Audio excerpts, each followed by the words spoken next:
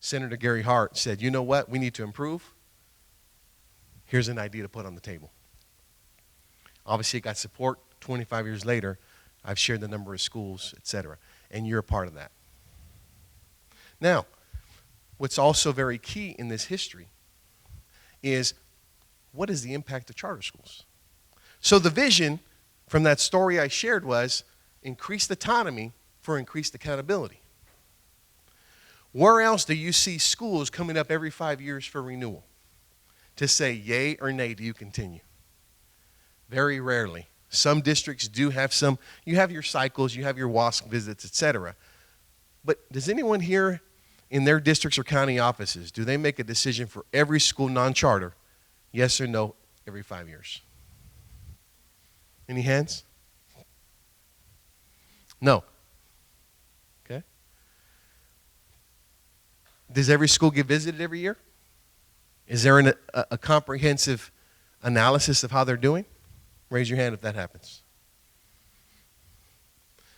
I say this because part of the history here, and we have to help live this out, is to improve the public education system. If it works over here, autonomy for accountability, can it not work everywhere else? And I believe we have a lot of room to grow in the next chapter of history on that front. It's hard if 90% of the school districts or county offices have 6 or fewer charter schools. You know what that means oftentimes? It's an ancillary project. Something else on my plate that's going to add more work in my evening hours. I would like to implore you to change that paradigm. We need to do better. And we have seen harms by authorizers not living up to their responsibilities. I got to be candid because we're in family here. But I say that out of love because if we take this seriously, whether we're in for a day, a month, or a year, you will have a transformative impact in your area. And that's part of the history that's in some ways failed. In California, we are not there.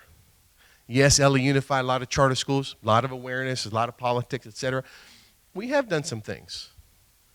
Other districts, Alameda County, Laco, it's Oakland, San Diego Unified, larger districts and county offices, Fresno County. On the whole, many of our colleagues are struggling. And so finally, we're trying to get some movement on providing a resource and support as part of this history. So I'd say in the last 5 years, authorizers have stepped up more to help support this profession. Certainly there have been other organizations nationally, like NACSA, and others to try to support authorizers. And that's been now over 15 years. But in California, been more recent. Certainly charter schools have had their support. That's part of the history.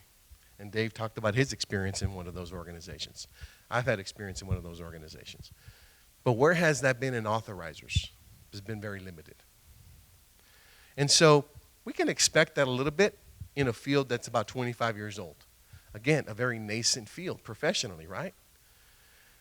So, at this point in this history, are you going to be a part of helping it to make it better or just let it cruise along? And I hope that your answer is the former.